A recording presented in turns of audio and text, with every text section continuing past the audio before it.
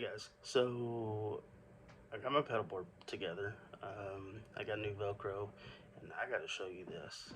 I've never seen Velcro like this strong before.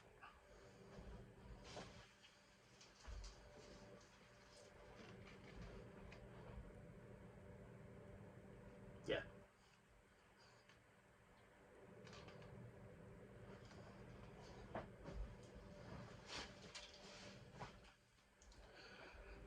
So,